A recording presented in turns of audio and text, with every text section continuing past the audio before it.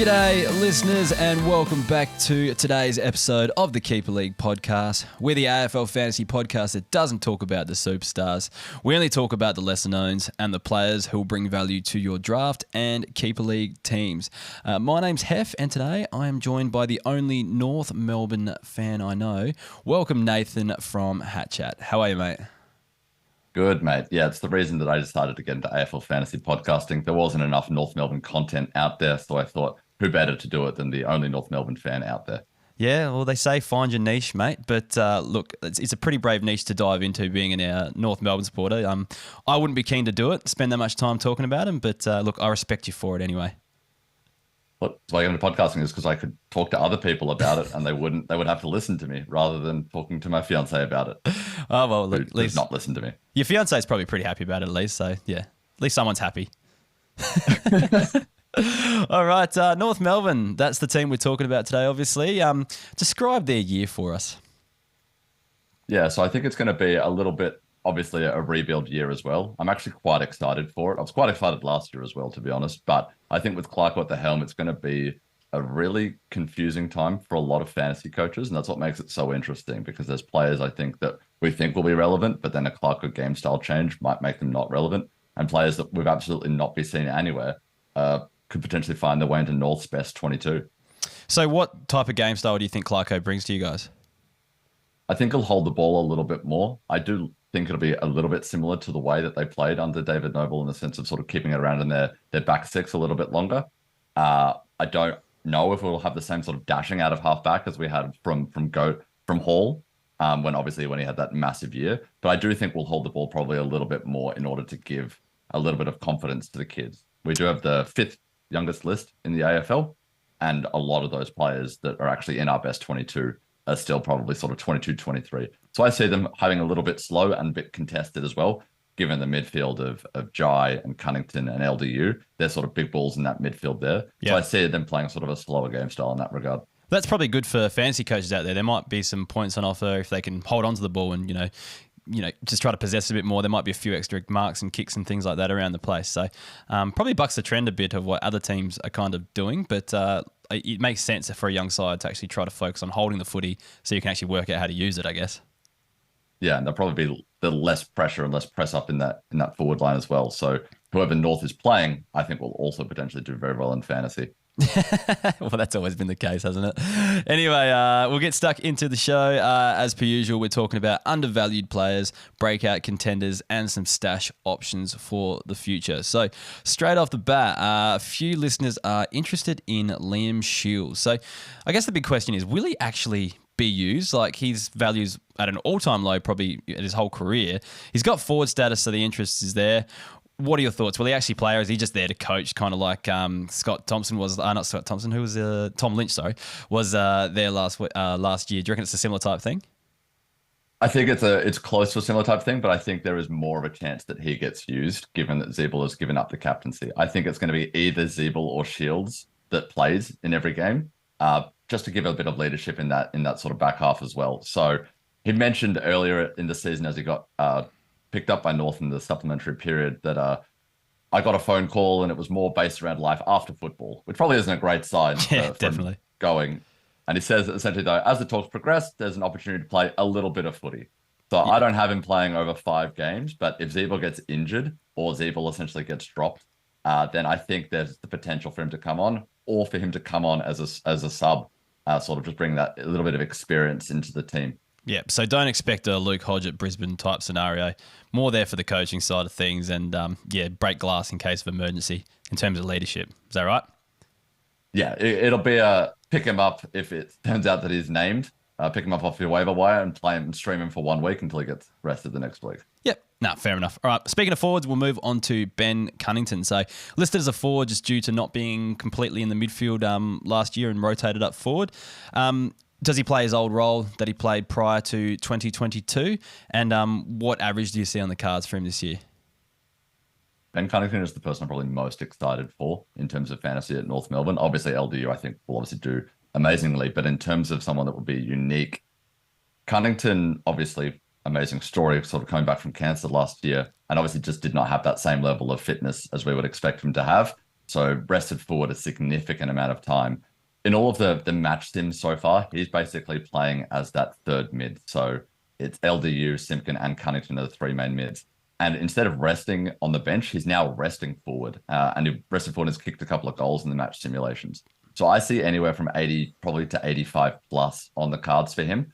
I do think that overall they'll try give the younger boys a little more opportunities in the midfield as well. They might necessarily, particularly if North start the season, say 0-10. But I think that Clarko isn't going to want to lose games. And they've already said that and come out and been pretty strong with it, that they're not here to lose games and rebuild entirely just to tank to get that first pick. They want to win. And the best chance that they have is when Cunnington's in that midfield. Well, that's good news for me because I traded Bailey Scott and got Cunnington in return as I desperately needed a forward. So I'm pretty happy with that. Especially North Melbourne-centric trade. Yeah, very, very, very much so. Needed a forward and in the window. So I think he's a good option there, despite him probably will retire probably in the next few years. Not a good long-term option, but if you need a forward this year, highly recommended, I reckon.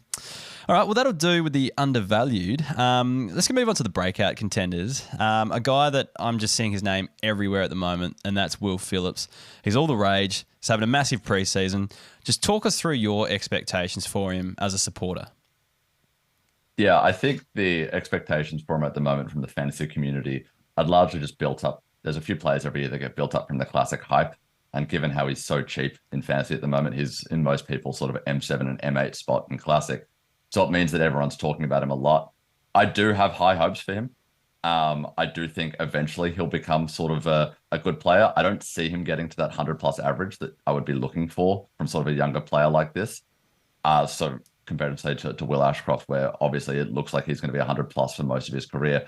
I see Will Phillips as an excellent player that North absolutely needed. I was very surprised when he got drafted instead of Logan McDonald, but I think immediately every single North fan just went to YouTube just to watch highlights to find out whether or not we'd made a massive mistake. And most people tend to agree that we didn't make that mistake. Obviously, the glandular fever last year means that he was significantly underdone. And so there is a little bit of worry with that. But by all reports, he is hitting the ground absolute running at training. And he's doing really, really well in that full-time midfield role. Yeah, no. I'm still a little bit worried about him, though. Yep. I don't think he's going to set the world on fire as most people thought. I do think he'll probably, for this year at least, average 70 to 80. Yeah, okay. That's not too bad. I guess the disappointing thing, he lost his forward status due to the only games he played were in the twos were midfield time. So a few people are a bit dirty on that. But if you can have a return, around that kind of mark, if not this year, definitely in the future, I think keeper league coaches will be happy regardless, I think. So, yeah. Yeah, I wouldn't be dropping him. I think last year everyone was a bit more concerned about him long-term with injuries. So they were dropping him, I think, from their sort of best 15, best 16. He's one I would be keeping and holding on to. All right. Well, that bodes well for a keeper league like ours where we do keep 16. We've had a lot of questions about him over the last few weeks, so hopefully that answers it. We'll move on to Tom Powell. So, highly rated junior. Sample under 18s numbers were through the roof. The Sample under 18s doesn't seem to translate the fantasy-wise as well as, say, the NAB League does and stuff like that. I don't know what it is. I can't really put my finger on it. But there's a lot of hype about him because of those numbers anyway. But what do you see his role being both this season and for the future? And what type of scorer is he going to be? I mean, I think the sample is closer than the NEFL was at the very least. Yeah, very much so. But yeah, so Tom Powell is one that I think a case of too many midfielders in the North team that are actually sort of their best player. We've seen the emergence of Phillips as well. And with LDU, Cunnington, Simpkin, and even Greenwood, I find it very, very difficult for him to get into those centre bounces. So we've seen him a lot lining up on the wing. But unfortunately, over the last year, I think Bailey Scott has absolutely nailed down one of those wing roles. And I think bringing in Darcy Tucker and also Curtis Taylor as well, both probably fill up that other wing role. So I don't really see a spot for Tom Powell to come in very easily into the team and play that role, that accumulator role that he played during the under 18s. So I'm pretty concerned about him, to be honest. I personally think he's going to be a sub, sort of a fringe 22 sub candidate. But it all depends on if Clarko loves him and loves his style of play. But there hasn't been too much fanfare, I guess, from the North media department or for people at the match sims that Tom Powell is, he's playing in the B team. Yeah. So I'm not particularly too hot on him. So he might be one where you have to potentially drop if you don't see him playing this year. Yeah, I tend to agree. He does make the perfect sub given your midfield makeup and stuff like that. So that is a role. Definitely see him playing. So yeah, a few coaches there might be disappointed. We'll move on. You spoke about the wing role and stuff like that before. So we'll move on to Darcy Tucker, I guess. So is your gut feel that he gets a game, and is it going to be on that wing? He always seemed to talk about himself as an inside midfielder, but always seemed to play outside roles. What's your take on Darcy Tucker? Yeah, I think he's being optimistic. I think, I think he fits in well at that wing role, personally. And I think he'll probably fit into North's best 22, which, is sad given that Freo was just willing to give him away and he's in our best 22. But I think that he probably fills up that wing role while Curtis Taylor and Bailey Scott are still developing their skills as well. I think he'll probably most likely start on the bench most games is sort of my prediction for him. I think he's, worth rostering in a massive league, but not necessarily worth an early draft pick in that regard. Yeah, given he's got forward status this season, it makes him kind of slightly more valuable. We always say, like, if you're looking for, you target really three types of players in AFL fantasy. You target the inside midfielders or the guys listed as defenders or forwards that play up on the wing, or halfback flankers. Essentially, they're the players that you want. Yeah. So he fits one of those kind of one of those roles there. Yeah, I'm excited to see what he can do. Like, given a chance, it doesn't. I don't know. Given they lost Blake Acres, you thought they might be a spot at him, Fremantle, but they're obviously keen to blood some of the youngsters in that spot, and that's fine. Just if you look at his last, I think it was 5 games in the Waffle. I can't remember him off the head. Check out my article that comes out on this, or the article that comes out on this this week, because the numbers in Waffle were through the roof over his last 5 games. So shows a fantasy ceiling there. Shows that he's hungry, wants to play. Listed as a forward, I think if you can get a 75 kind of average out of him, it's on the cards, and I think that's going to be pretty handy in a forward line. Wouldn't you agree? I'd agree. The potential also I see for him, and I'm interested in your thoughts on this actually, with Hall, if Hall does, go down, as he's got his Achilles already before the season's even started, and Goda's not quite ready, there's the potential I see Darcy Tucker to fit in potentially a little bit off across halfback. Obviously Griffin Logue down there as well. So there's potential for a little bit of a Freo connection. So that's one thing that I'm potentially looking out for as it comes closer and closer to round 1. But yeah, I think that sort of 70 to 75 target is achievable, noting that it is a North Melbourne wing player. So typically there are less opportunities for them to win back the ball as it's moving up the field.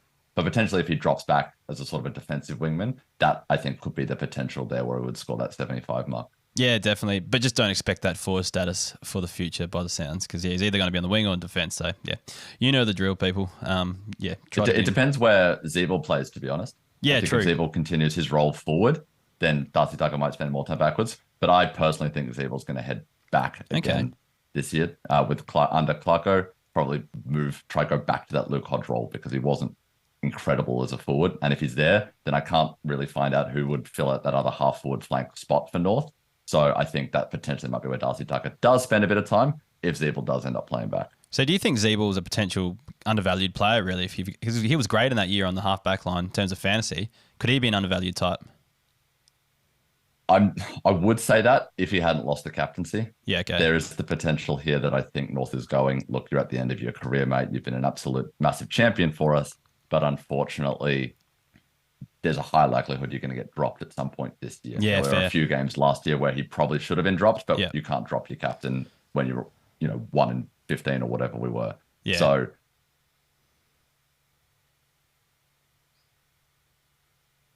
I think that dropped as well. All right. We'll move on to the stash options now. Tristan Cherry. Did I say that correctly? He's the first player on that list now. Cherry, yep. Look, how does the ruck situation work at North, really? That's basically what I want to know. And does he get a decent run at things?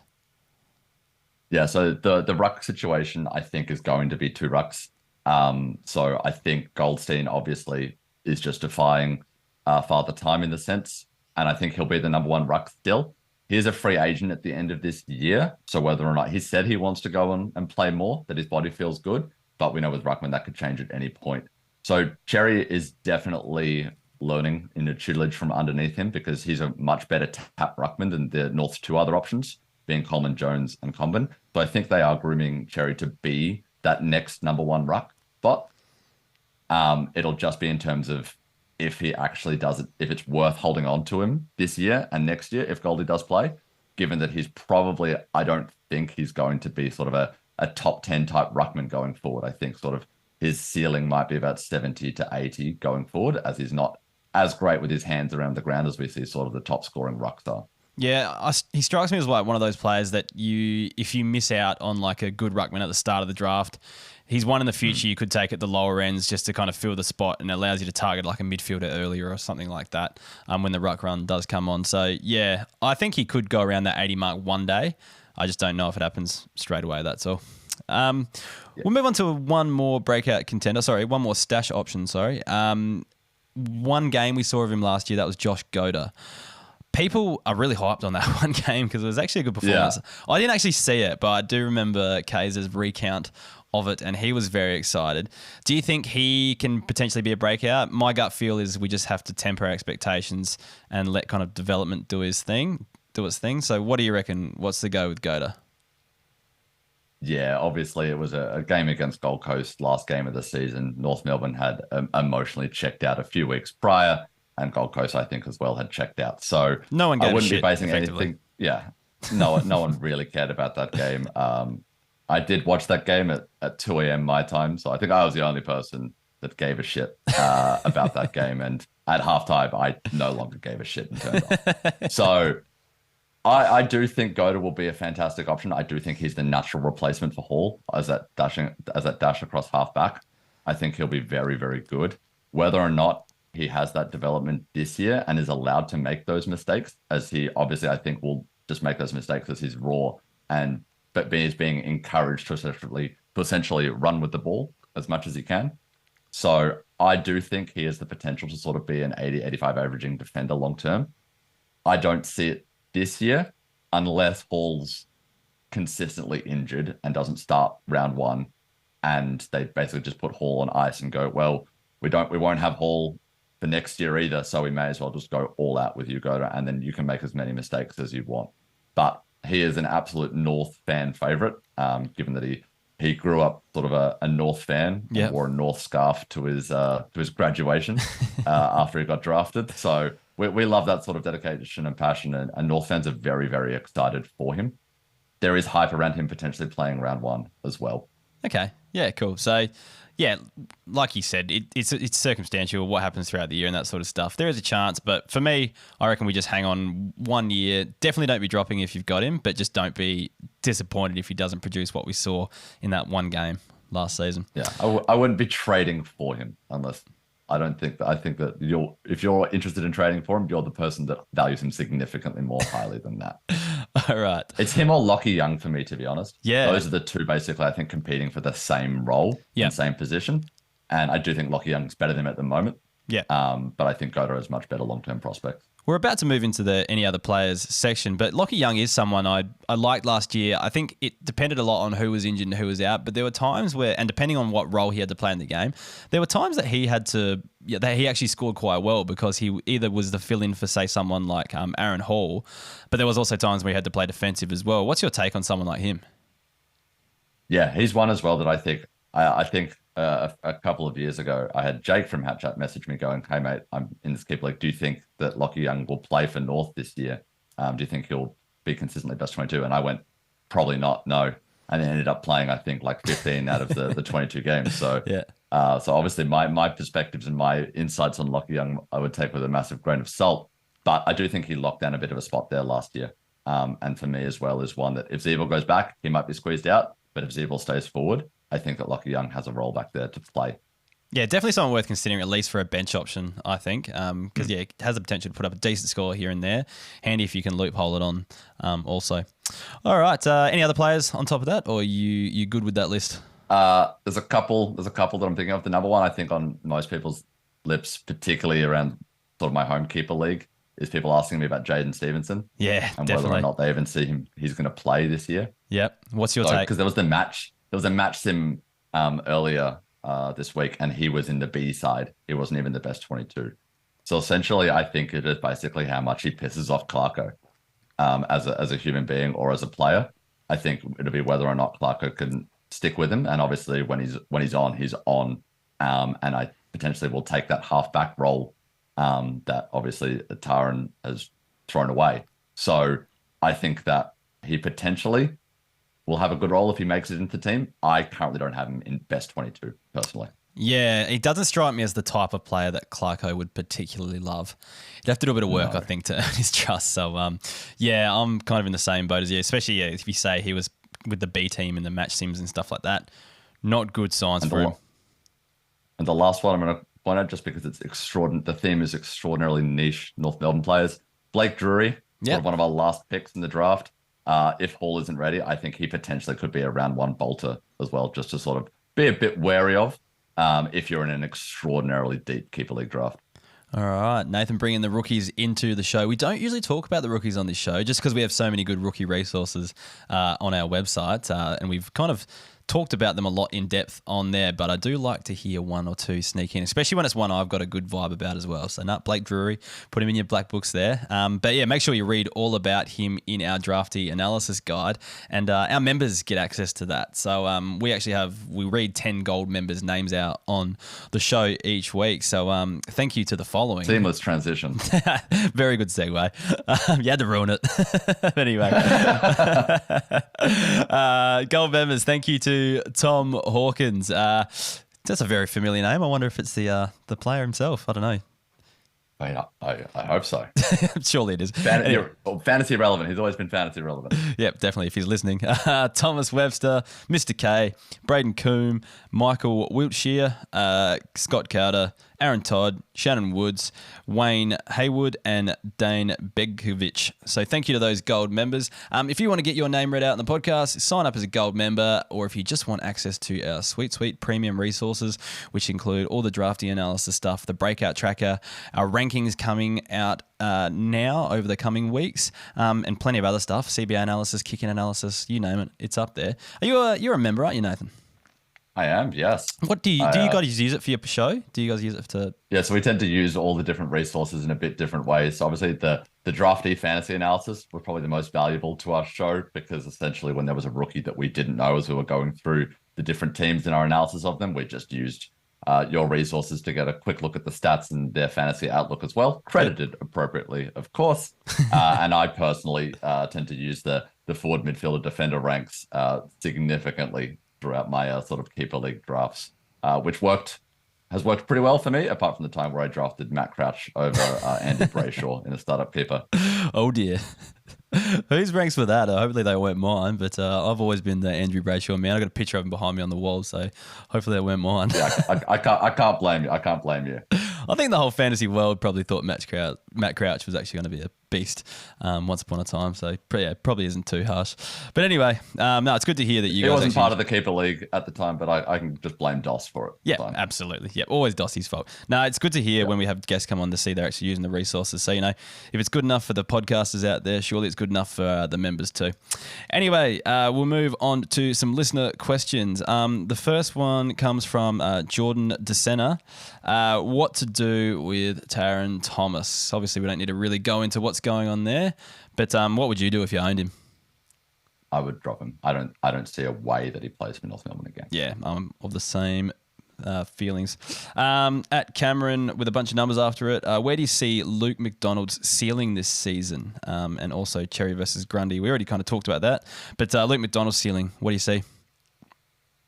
I mean, his ceiling is very high. If he potentially, again, it all depends on Hall, but I think he potentially could go 90 this year as a ceiling. I see potentially with the co-captaincy as well, take a little bit more of responsibility. Yep. I see him going a 90 player. Absolutely. No, it's pretty exciting times there. We'll move on to the next one. At Jais a Kite, is Stevenson going to get a game under Clarko? We kind of went through that before on any other players, but it doesn't look likely at the moment. There will be a stage where he probably gets a go at some stage. Are you expecting anything when he does? Yeah, he'll have a run sort of 4 to 5 games in there, I think. And I think he'll score well during those games. It'll just be whether or not he plays the team role and can be trusted to play the team role enough for him to be sort of a long-term prospect going into 2024 and beyond. And if Clarko doesn't see that, then I think he won't play. Yeah, no, same. I agree. At Time Miller asks, can core become less poo? I mean, if you're drafting complete, basically fullbacks, or centre half backs there. I really can't help you, Miller. No, he will have the exact same role that he's had there. Maybe is slightly helped by the fact that Griffin Logue is now there as well. Yeah. But no, I don't really see anything helpful there. Given your shortage of key tools, he was kind of ruined when he went to North Melbourne because he kind of just had to play one of those roles and he couldn't play like the hybrid kind of type he was at GWS a bit more. So, yeah, the upside, I think a couple of years ago, you got quite a few of the kick-ins. So you can sometimes get a bit of a bump there, but it's nothing I'd want to rely on each week, that's for sure. Yeah, no, I see the kick-ins as solely Hall, Siebel if he's back there, and Lukey McDonald. Yeah. DJ Juices, going back to Stevenson, he had a follow-up question. Who would you keep out of Jaden Stevenson or Ed Richards? I think that's pretty self-explanatory now. Yeah, I think I'd be going Ed Richards. Yeah, a lot of potential there. We'll talk about the Dogs in the next few weeks. At Munro Xavier, project LDU's score and any upside of Scott in a Hall role. 90 plus, question mark for that one. First one, LDU score, project it. Let's go, average. I think 105 plus. Well, he's shown potential then in the last year. It's definitely on the cards. And what do you think of Scott? You tend to think he's on the wing. Do you think he can go to a halfback flank though? Or what do you just see Scott averaging this season? I see Scott's potential as essentially on par with North Melbourne's potential for this year. If you think that North Melbourne are going to be a little bit more competitive and control more of the ball, then yes, I see 85, 90. But I'm a little more realistic about our chances this year, and I think that we won't be controlling the ball. So I think what he did last year is probably a little bit more accurate, maybe 5 points upside this year. Yeah, somewhere in the 70s for me, I reckon, is about his bag at the moment. The wing role is kind of nice, but it's not going to be good for the future if it does remain there because he'd be a midfielder only and a low one at that. We might wrap it up there. So thank you very much for joining us all the way from the US. Sorry about the time difference and things like that, but I think it worked out pretty well in the end. So, yeah. Yeah, you're a lot more kinder than my fellow Hat Chat people. you allow me to do it not at 2 a.m, so I appreciate you. Well, if you want to give Hat Chat a plug, now's the time. Otherwise, you can tell them to go stuff themselves. Up to you. Well, I mean, Sanch was pretty mean to the rest of the Hat Chat boys on him, so I'll just say that massive love to Jake and DC as the three main contributors to the Hat Chat podcast. Please come have a listen. We're obviously a little more focused on classic, and by a little more, I mean entirely focused on classic as well. But it is a bit of fun. We come on and we have a laugh, and we normally get some pretty good guests on. So yeah, come have a listen if you'd like, but not Sanch. You're not welcome. Where can people find you on the socials and you and Hat Chat? Yep, they can find us at Hat Chat AFL, and they can find me at Obermullet. There we go, Obermullet on the Twitter sphere. At the same time, you can get around us at Keeper League Pod on Facebook, Instagram, Twitter, YouTube, and TikTok. We're on all of those platforms. Please make sure you sign up as a member to support the podcast and get around our sponsors, Manscaped. Use the code KEEPER20 at checkout, and you'll gain yourself 20% off and free shipping. All right, anything else you want to add before we sign off there, Nathan? No, just Manscaped are a great sponsor. You've got the same one, do you? Yeah, of course. Of course. All right. No worries. Well, yeah, get around Manscaped. Use both of our codes in tandem. Anyways, thanks once again for joining us. And yeah, we'll talk to you soon.